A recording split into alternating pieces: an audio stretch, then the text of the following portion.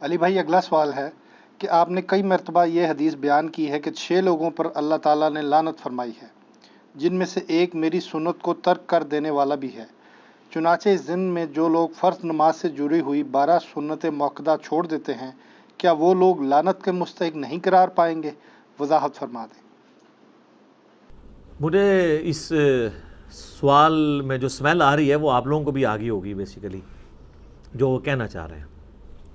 ہمارا ایک clip upload ہوا تھا کہ جو لوگ نماز نہیں پڑھ سکتے سنتوں کے ساتھ، جن کو صرف عشاء کی 17 رکعتیں بتائی گئی ہیں، تو ان کو بتایا تھا ہم نے دن رات میں تو ٹوٹل رکعتیں 17 ہیں جن کی پوچھ آپ سے ہونی ہے، 2 فجر کی، 4 ظہر کی، 4 عصر، 3 مغرب، 4 عشاء۔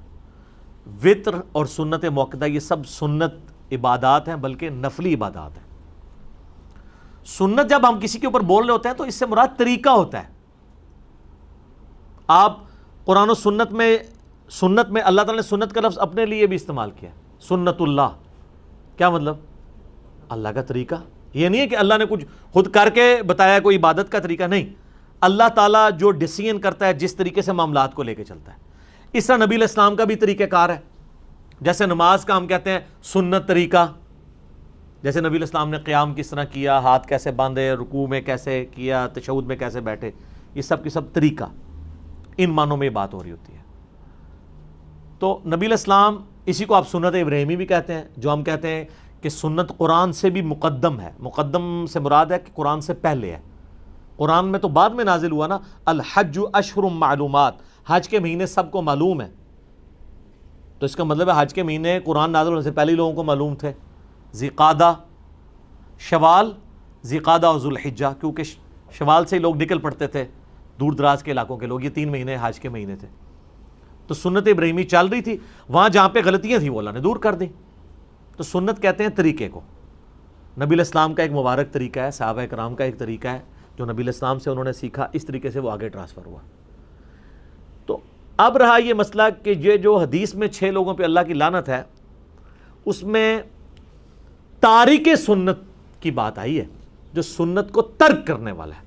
اور عربی لنگوسٹک میں اگر آپ سنت کو ترک کا معنی لینا تو یہ ہوتا ہے اس راستے کو چھوڑ دینے والا۔ اچھا، اگر آپ اس کا خدا نخواستہ یہ معنی لیں گے کہ نبی علیہ السلام کے جتنے بھی اعمال ہیں، چونکہ وہ سنت کی کیٹیگری میں تو فال کرتے ہیں، جیسے تہمد پہننا نبی علیہ السلام کا طریقہ تو ہے۔ اب کوئی شخص یہ کہہ سکتا ہے جو تہمد نہ پہنے وہ تارک سنت ہے اور اس پہ اللہ کی لعنت ہے۔ یہ حدیث جامعہ ترمذی میں ہے کہ 6 لوگوں پہ اللہ کی لعنت ہے۔ ترمذی والی روایت کمزور ہے، باقی کتابوں میں اس کی اسناد موجود ہے۔ مشکات میں 109 نمبر حدیث ہے، اور اس میں ایک وہ بندہ بھی ہے جو میرے اہل بیت کی توہین کرے، وہ بھی شامل ہے۔ تو کئی لوگ داڑھیاں پگڑیاں رکھ کے بھی اہل بیت کی توہین کر رہے ہیں، تو لعنتی وہ بھی ہوئے ہیں، تو ان کی داڑھی پگڑیاں ان کے کام نہیں آنی ہے۔ ایک اس میں آخری ہے جو تارک سنت ہے، سنت کو حقیر سمجھ کے چھوڑنے والا، سنت سے نفرت کی وجہ سے سنت کو چھوڑنے والا۔ ایک تفسیر اس کی بنے گی جو محدثین نے کی ہے۔ دوسری یہ ہے کہ اس سنت سے مراد وہ سنت ہے جو سنت واجبہ ہیں، یا وہ سنتیں جو فرائض میں شامل ہیں۔ فجر کی نماز پڑھنا سنت ہے کہ نہیں؟ اپنی انٹینسٹی میں فجر کے 2 فرض ہیں، لیکن طریقے میں جائیں تو حضور کی سنت ہے نا؟ تو فجر کے 2 فرض وہ سنت ہے جس کو ترک کرنے والا لعنت کا مستحق ہے۔ تہمد وہ سنت نہیں ہے جس کو ترک کرنے والا سنت تارک سنت آئے گا۔ تو یہ 3 مفہوم بن جائیں گے۔ ایک ہو جائے گا حضور کا طریقہ، اس کو چھوڑنے والا حقیر سمجھ کے، نفرت کر کے۔ اگر کوئی تہمت سے نفرت کرے گا اس پہ لعنت فٹ ہو جائے گی۔ دوسرا یہ ہے کہ وہ کام تو فرض کر رہا تھا لیکن سنت طریقے پہ نہیں کر رہا تھا۔ نبی علیہ السلام نے ایک نماز کا طریقہ تعلیم فرمایا، جس طرح کہ صحیح بخاری میں آتا ہے، سیدنا معاذ ابن جبل تھے یا حذیفہ ابن یمان تھے، جنہوں نے ایک شخص کو دیکھا بڑا تیزی سے نماز پڑھ رہا تھا، حذیفہ ابن یمان۔ انہوں نے کہا تو اس طرح ہی نماز پڑھتا رہا تو اس طریقے پہ نہیں مرے گا جو محمد صلی اللہ علیہ وآلہ وسلم کو اللہ نے تعلیم فرمایا۔ نماز تو وہ پڑھ رہا تھا لیکن حضور کی طرح وہ سجدے اور رکوع نہیں کر رہا تھا۔ مسند احمد میں حدیث ہے سب سے برا چور وہ ہے جو نماز کا چور ہو، جو رکوع اور سجدے صحیح نہ کرتا ہو، یعنی ٹھونگے مارتا ہو، صحیح طریقے سے کمر نہ سیدھی کرتا ہو۔ تو دوسرا مفہوم یہ ہو گیا۔ نمبر 1 مفہوم کیا ہوا؟ سنت سے نفرت کرنے والا۔ نمبر 2 کام تو فرض کر رہا تھا لیکن سنت طریقے پہ نہیں کر رہا تھا، غلط طریقے پہ کر رہا ہے۔ ایک بندہ نماز میں ہاتھ سر پہ باندھنا شروع کر دے تو نماز تو وہ پڑھ رہا ہے لیکن سنت طریقے پہ نہیں، یہ کمر پہ باندھ لے۔ اور نمبر 3، ایسی سنت چھوڑنے والا جو سنت فرض تھی، چاہے حقیر سمجھ کے چھوڑا یا بغیر حقیر کے۔ ایک بندہ کہ میں نماز کو حقیر تو نہیں سمجھتا لیکن سستی کی وجہ سے نہیں پڑھتا، وہ بھی لعنتی ہے۔ صحیح مسلم میں حدیث ہے جس نے بندے کے کفر اور اسلام کے درمیان فرق کیا ہے؟ نماز۔ جامعہ ترمذی میں حدیث ہے جس نے جان بوجھ کے نماز چھوڑی گویا اس نے کفر کیا، من ترک الصلاۃ متعمدا فقد کفر۔ جامعہ ترمذی میں شقیق تابعی کا قول ہے کہ صحابہ کرام تارک نماز کے سوا کسی اور کے اوپر کفر کا فتویٰ نہیں لگاتے تھے، اور کفر کا فتویٰ تو قرآن میں آیا ہے، وَأَقِیمُوا الصَّلَاةَ وَلَا تَکُونُوا مِنَ الْمُشْرِکِینَ، سورہ الروم میں، نماز کو قائم رکھو اور مشرکین میں سے نہ ہو جاؤ۔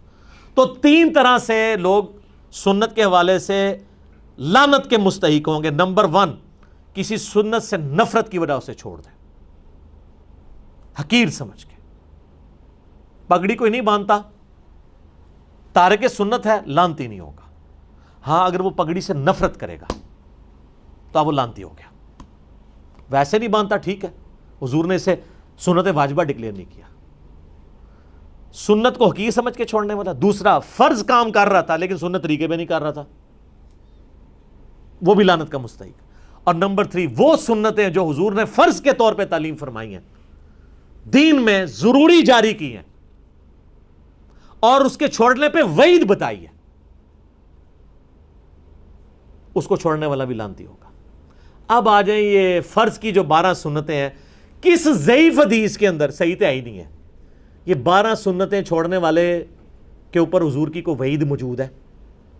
ہاں، اس کا تو اسلوب بھی بالکل ڈیفرنٹ ہے، بخاری و مسلم دونوں میں موجود ہے۔ نبی علیہ السلام نے فرمایا جو فرض کے سوا 12 رکعتیں قائم رکھے گا اللہ تعالیٰ اسے جنت میں محل عطا فرمائے گا۔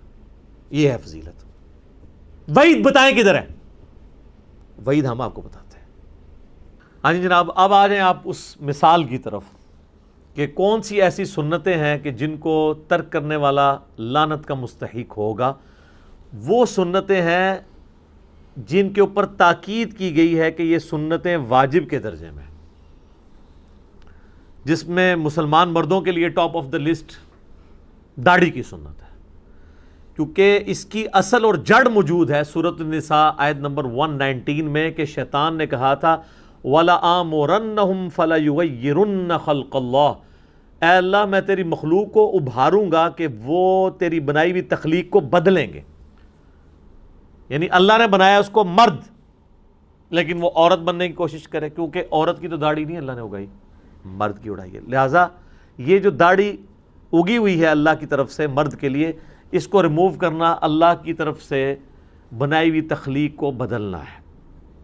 لیکن یاد رکھیے گا بعض چیزیں جو تخلیق بدلنے والی ہیں وہ سنت میں اور فطرت میں داخل ہیں، جس طرح ختنہ کروانا، مونچھیں پست کرنا، داڑھی بڑھانا، مسلم شریف میں آتا ہے۔ بخاری مسلم میں تو جو متفق علیہ حدیث ہے اس میں تو مونچھیں پست کرنا، زیر ناف بالوں کو صاف کرنا، ناخنوں کو کاٹنا، بغلوں کے بال اکھیڑنا یا کاٹنا اور مونچھوں کو پست کرنا۔ اب ختنے میں بھی آپ تخلیق کو بدل رہے ہوتے ہیں لیکن وہاں پہ اس کو بدلنا سنت ہے۔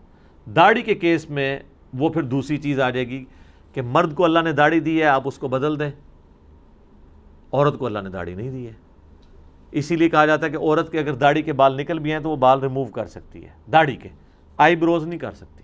اس کے اوپر وہ حدیث لگے گی بخاری مسلم کی کہ نبی علیہ السلام نے لعنت فرمائی ان عورتوں پہ جو چہرے کے بال اکھاڑیں، دانتوں میں گیپ بنوائیں یا ٹیٹو بنوائیں، جو میں نے پچھلی دفعہ ڈسکس کیا تھا۔ تو ظاہر ہے مرد بھی اس میں داخل ہے، یہ نہیں ہے کہ اب وہ عورتوں کے لیے حدیث ہے، وہ جنرل حدیث ہے، جو بھی وہ کام کرے گا اس کے اوپر اپلائی ہو رہی ہوگی۔ تو داڑھی بھی تخلیق کو بدلنا ہے، اس لیے داڑھی مونڈنے والا بھی اسی کیٹیگری کے اندر فال کرے گا۔ تو اب یہ وہ سنت ہے جو تاکیدی سنت ہے، تمام مکاتب فکر، بلکہ میں کہتا ہوں داڑھی وہ سنت ہے جو دنیا کے تمام مذاہب کے اندر ریلیجن کی پہچان مانی جاتی ہے،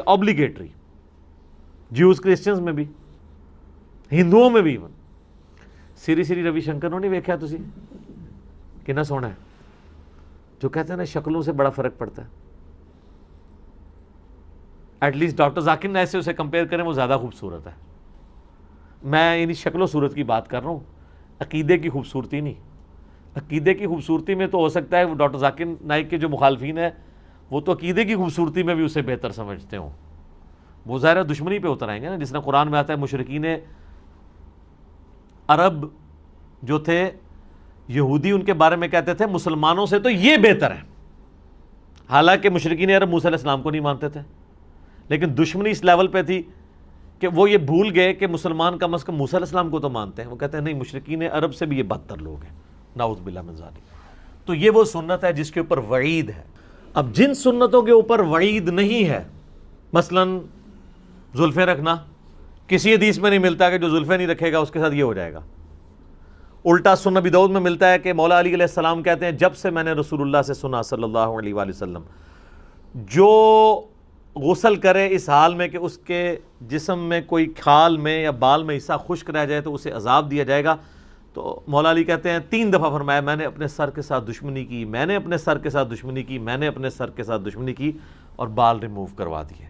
اب ان کو کوئی کہہ سکتا ہے کہ نبی علیہ السلام نے تو پوری زندگی سر پہ پورے بال رکھے ہیں, آپ صلی اللہ علیہ وآلہ وسلم نے کبھی بھی مستقل حلق نہیں کروایا, حج اور عمرے پہ ہی کروایا.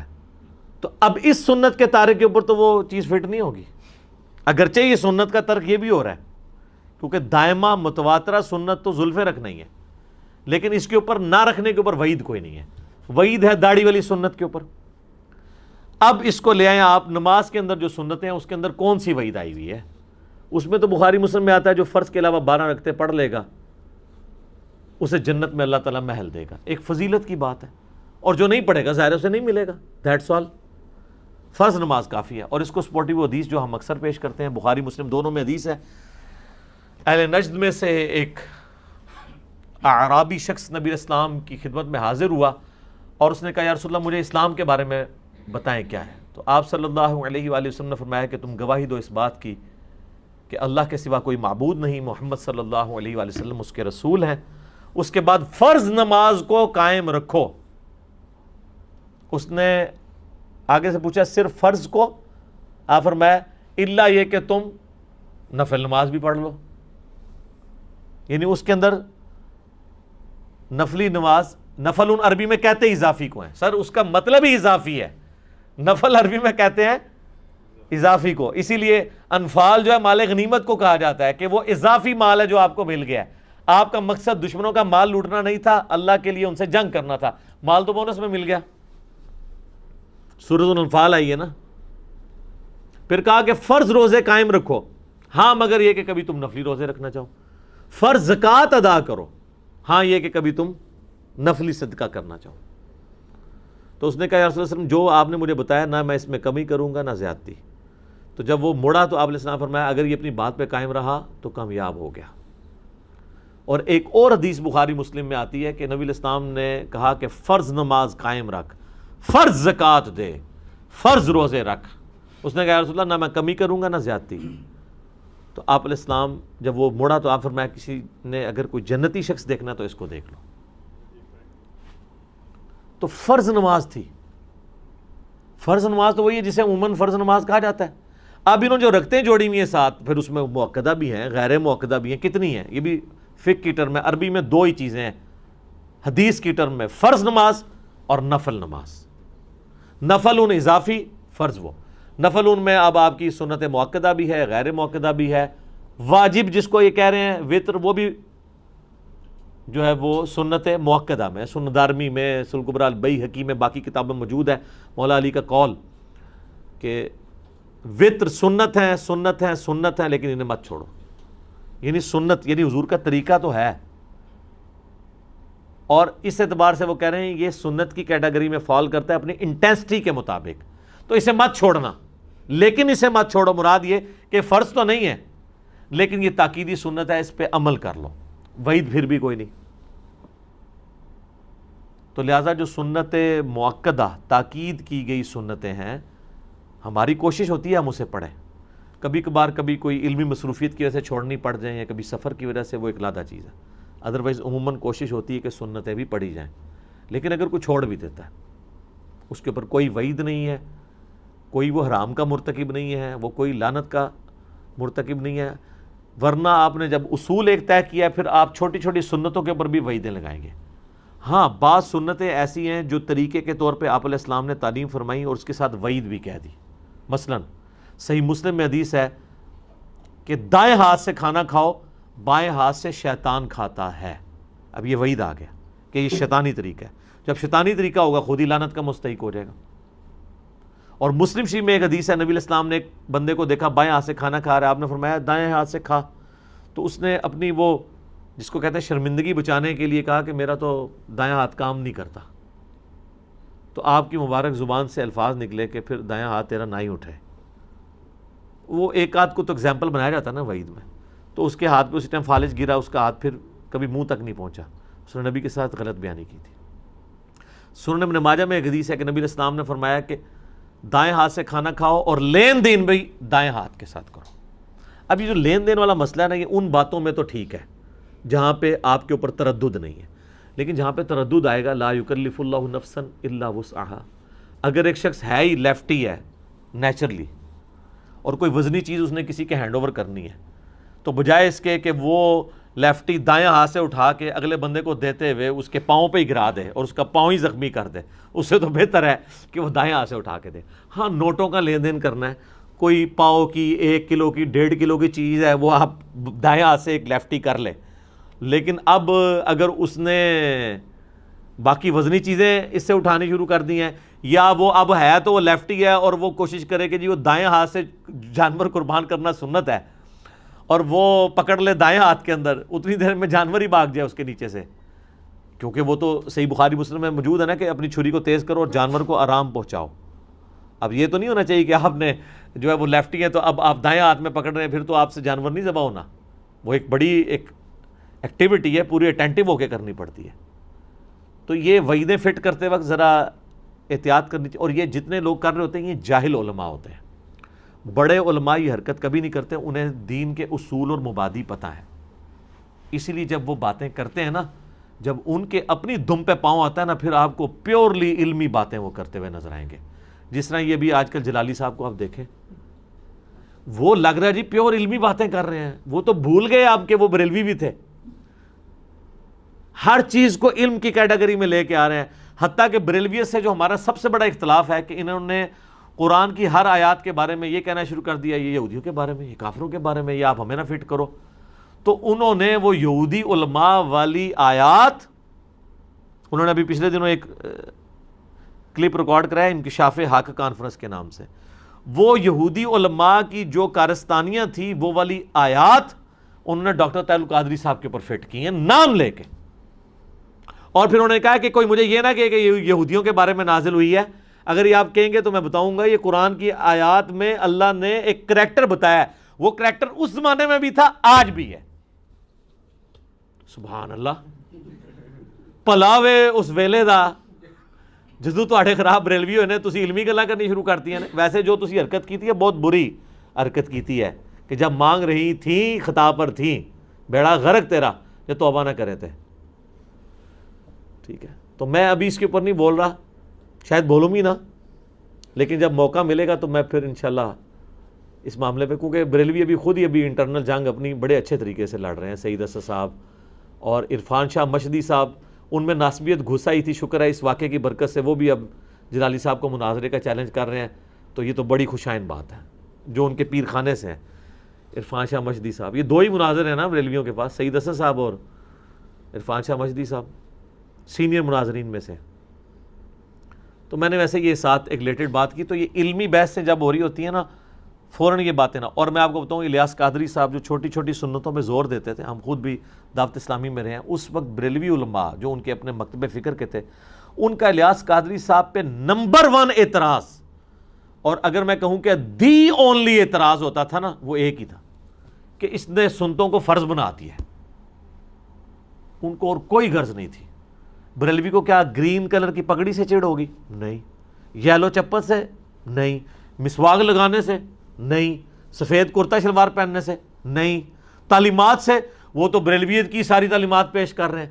دعوت اسلامی کی کوئی ایک چیز ایسی نہیں تھی جس سے بریلوی علماء کو اختلاف ہو، سوائے اس کے کہ انہوں نے چھوٹی چھوٹی سنتوں کو فرض کے درجے پہ کر دیا ہے.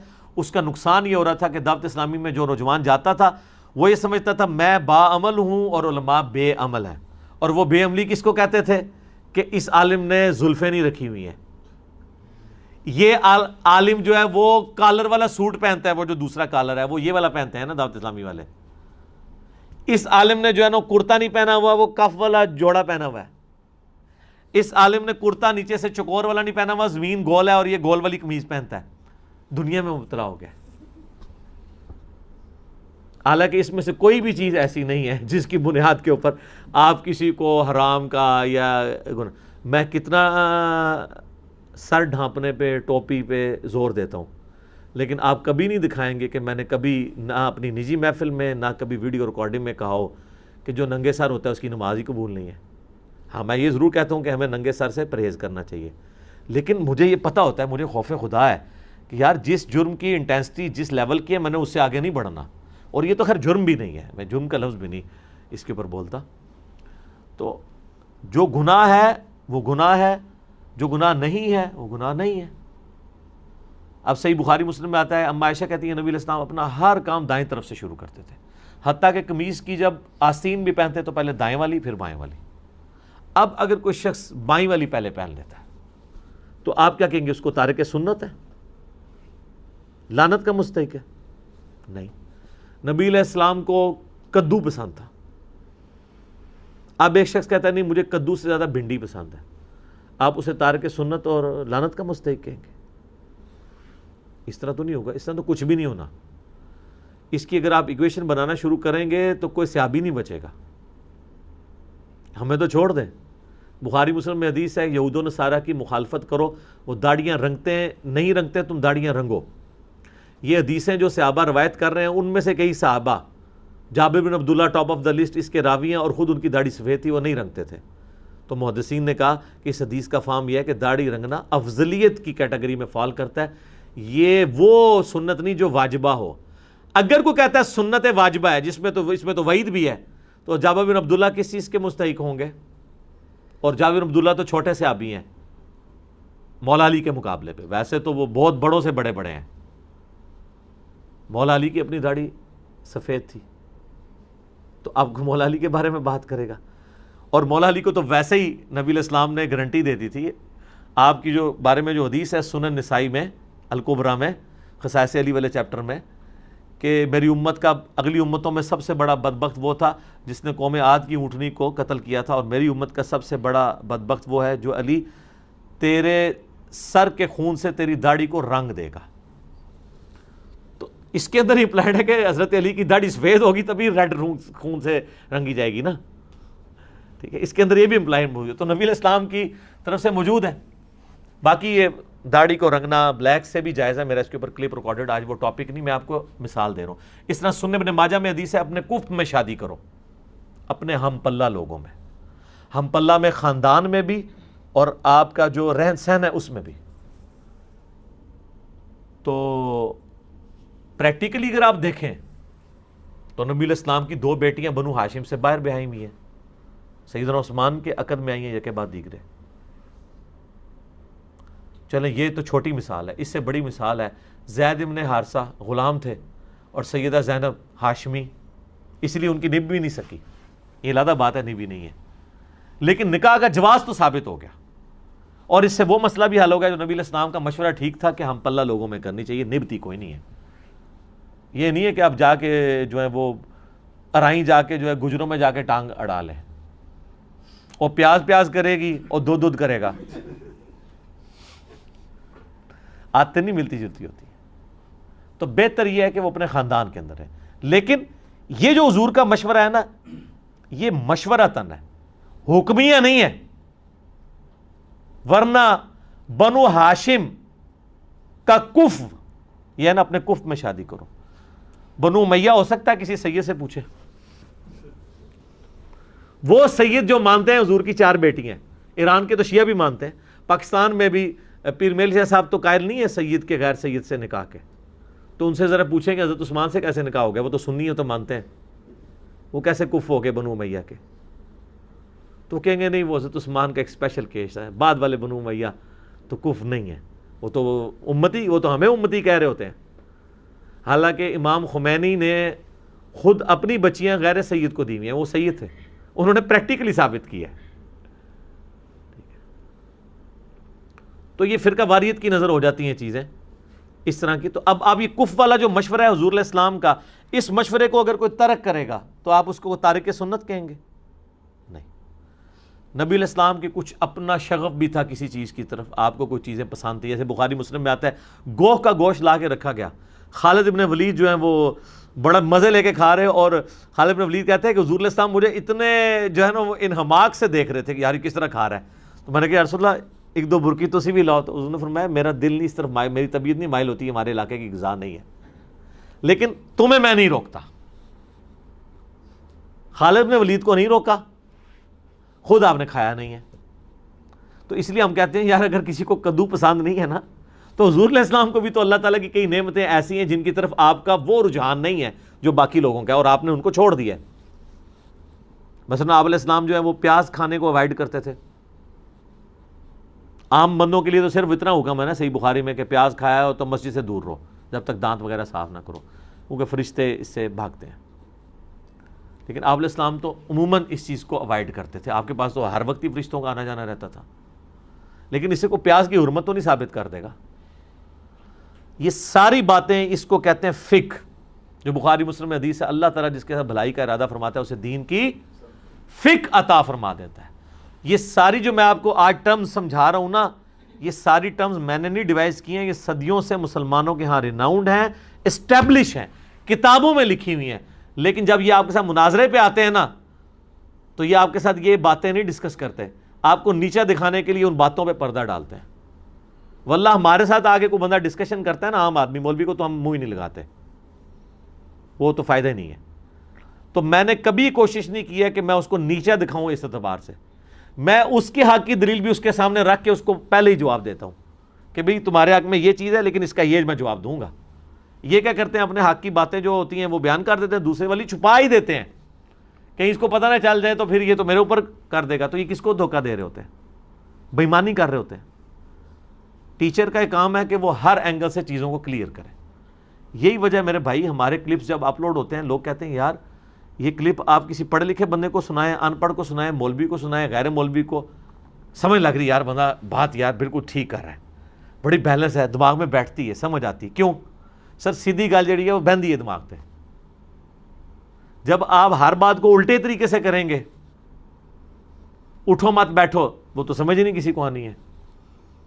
جو بارے شریعت میں لکھا ہے کہ قبروں کا طواف تعظیمی حرام ہے, لیکن برکت کے لیے گردے مزار پھیرے تو کوئی حرج نہیں.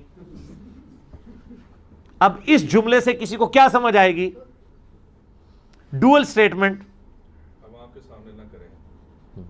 ہاں, عوام کے سامنے نہ کریں, خواص کے سامنے کر لیں, یہ بھی ساتھ لکھا ہوا ہے. یعنی اتنا پٹھا کام ہے جو عوام بھی سمجھ دیے کہ غلط ہو رہا ہے.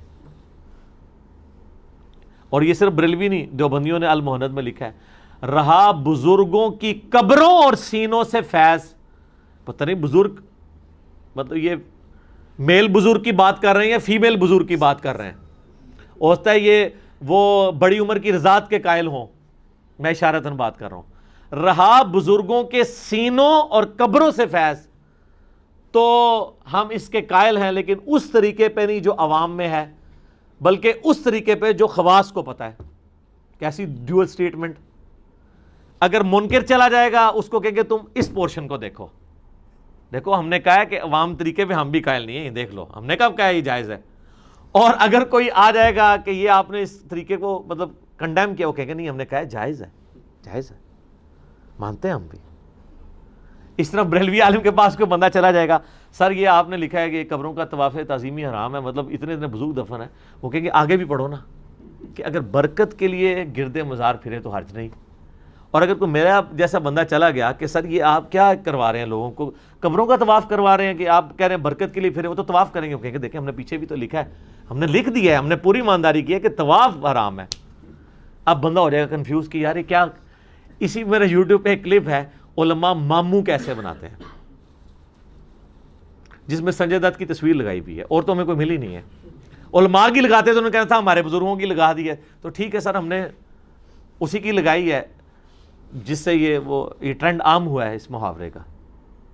تو یہ ان کی ڈوئل سٹیٹمنٹس ہوتی ہیں. یہ ایسی چلا مفتی منیب الرحمان صاحب حافظہ اللہ تعالی، ان سے بھرے مجمع میں جیو کی وہ جو چینل ہے ایک تو نیوز والا نا، دوسرا اس چینل کے اوپر پوچھا گیا جی امام کعبہ کے پیچھے نماز ہو جاتی ہے؟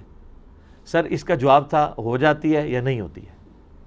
ایک عام بندہ تو یہ ایکسپیکٹ کر رہا ہے نا. میں آپ سے آگے پوچھوں کہ وضو کے بغیر نماز ہو جاتی ہے نہیں ہو جاتی، تو آپ کہیں گے نہیں ہوتی. یا اگر آپ کے نزدیک ہو جاتی ہے تو آپ کہیں گے جی اگر آپ کو یاد نہیں تھا یا آپ کے امام کا وضو نہیں تھا، آپ کو نہیں پتا تھا آپ کا، تو آپ کی ہو گئی، یہی کہیں گے نا. تیسرا تو کوئی جواب نہیں ہوگا. لیکن انہوں نے تیسرا جواب دیا کہ اگر آپ کا دل مانتا ہے تو ہو جائے گی، نہیں مانتا تو نہیں ہوگی. کیسا پیارا جواب ہے. یہ امام ہمیں کہتے ہیں ہمارے بزرگوں کی عزت نہیں کرتا، اور تم تو اللہ کے بنائے ہوئے امام کعبہ کی عزت نہیں کرتے ہو. وہ فرعون نے تو نہیں مان رکھا ہوا امام کعبہ، مسجد نبوی کا امام. ویسے تو آپ کہتے ہو بزرگوں کی حکم کے بغیر پرندہ نہیں جناب پر مار سکتا.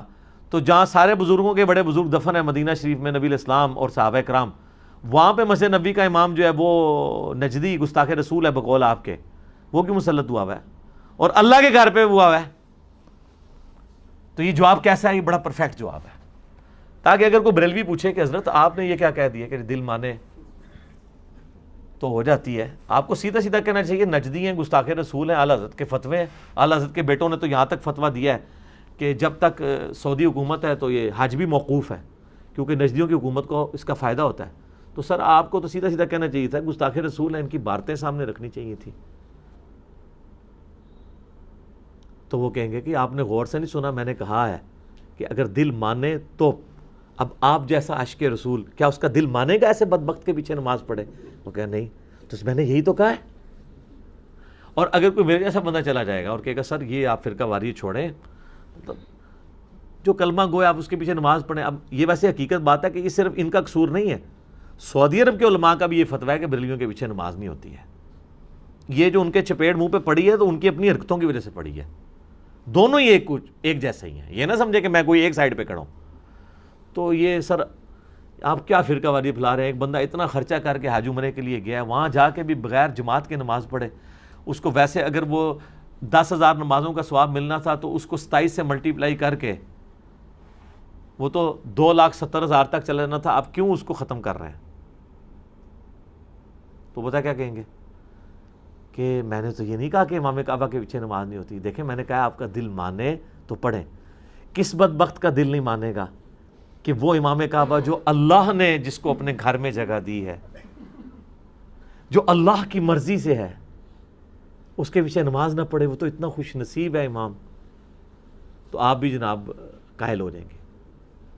یہ جو حرکتیں کر رہے ہوتے ہیں نا، وہ ہم سمیل کر رہے ہوتے ہیں یہ کس اسٹیشن سے بول رہا ہے.